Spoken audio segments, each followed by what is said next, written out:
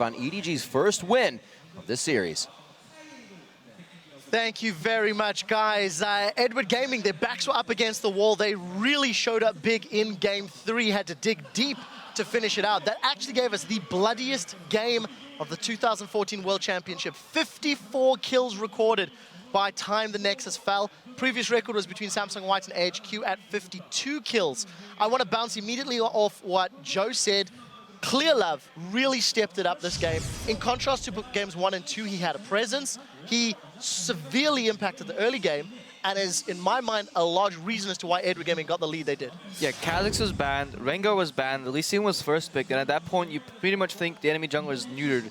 But then he whips out the Evelynn, which he's known for, and it was incredible. He goes top, gets first blood, goes top again, kills him again, swings bottom, and keeps camping bottom, trying to keep Uzi down. Imagine what this game would have been if Uzi wasn't even kept down at the start. It's just ridiculous. And we actually have a replay of exactly that happening because Clearlove did make those plays happen top lane, and he was able to transition that into bottom lane. You can roll the replay right now. You see that Starhorn Royal Club is actually trying to get this 3-on-3, but they have TP advantage from top lane, and there's nothing that they can really do about it. So it's a 3-on-4. They've snowballed all this pressure to bottom lane, and Insect with this amazing trade kill. In a 3 vs 4 situation, the best thing that can happen is you get that trade kill because it means that they've pulled those 4 people down to keep Uzi down, but all they've gotten was Insect and a trade kill. So the rest of the, laning phase mid-game was in favor of Edward Gaming. They seemed to have control. They were bullying Starhorn Royal Club around. At what point did it start to turn in your mind, Freak? Thing is, it really never quite turned. I think this is a game where, at this point, I'm kind of convinced it's a mismatch. Starhorn Royal Club are playing better than Edward Gaming. EDG only have a chance if they start the game with a gigantic lead. And we've seen moments of greatness, the Game 2 early tower dive, their control here, but you look at the last, 50 minutes of this game, and it's Edward Gaming keeping gold up because they have every dragon, every baron, more turret kills.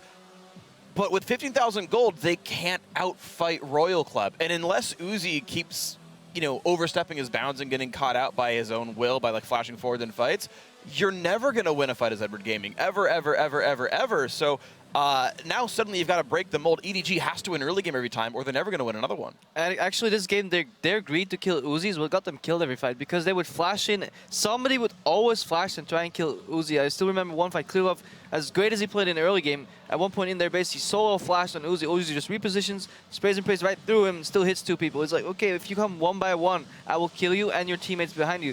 The best thing is probably would have been just ignore him or send in your support with an exhaust and then just let him die. Let's get the next replay up on our screens as we continue to talk about some of these team fights. This was a dragon fight that did actually go in favor of Edward Gaming.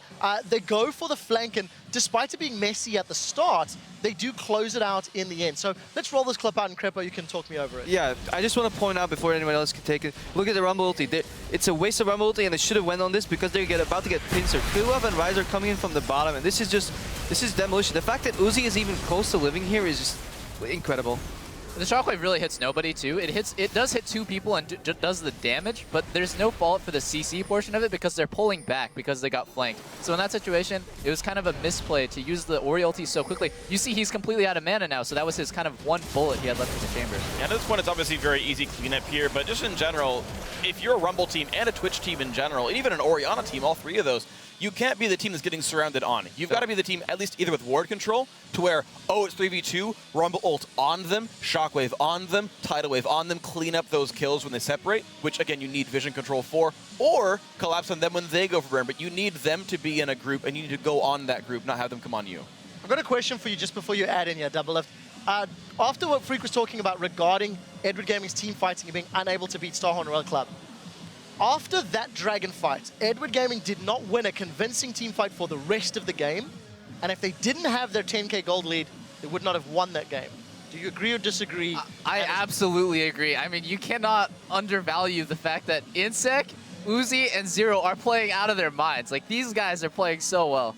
I think the only fights that went poor is where Zero actually uses his tidal wave way too early. That one dragon fight we saw, we didn't see a tidal wave because about 30 seconds before that, he used it to try and catch Name out. All Zero has to do is hold his waves because they're playing this crazy disengage comp built around their star AD carry who everybody tries to kill. If you have Orianna ulti, tidal wave, and Rumble ulti defending Uzi, who has the range of 2 screens because of spray and pray, they're never going to catch him. The beauty is, even when Uzi's dead, the rest of Royal Club do step up to win fights. Let's pull up the third and final replay onto your screens. Doublelift and Crepper, you guys were jumping out of your seats. And Doublelift, you talked me through this play. I almost lost my voice because this play was absolutely insane. So the thing about this fight is that Twitch is dead, and all EDG has to do is take it slow. Don't flash forward, which, if you roll the replay, it's exactly what they do.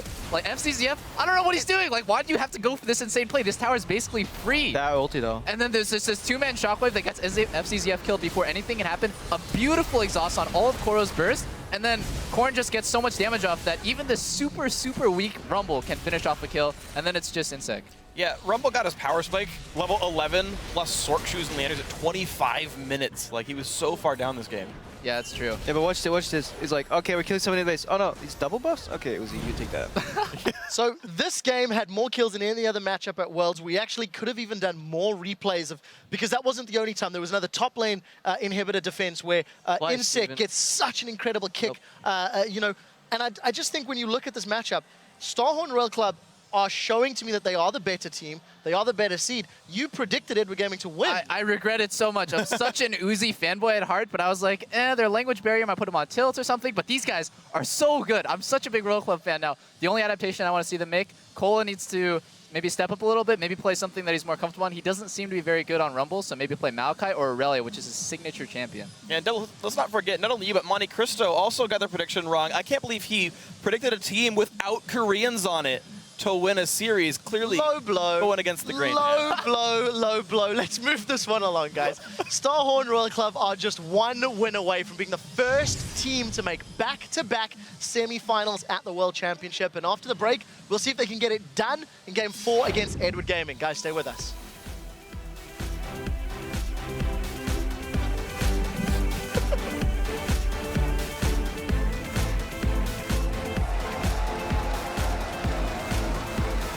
Starhorn now to a crash. Insec goes in.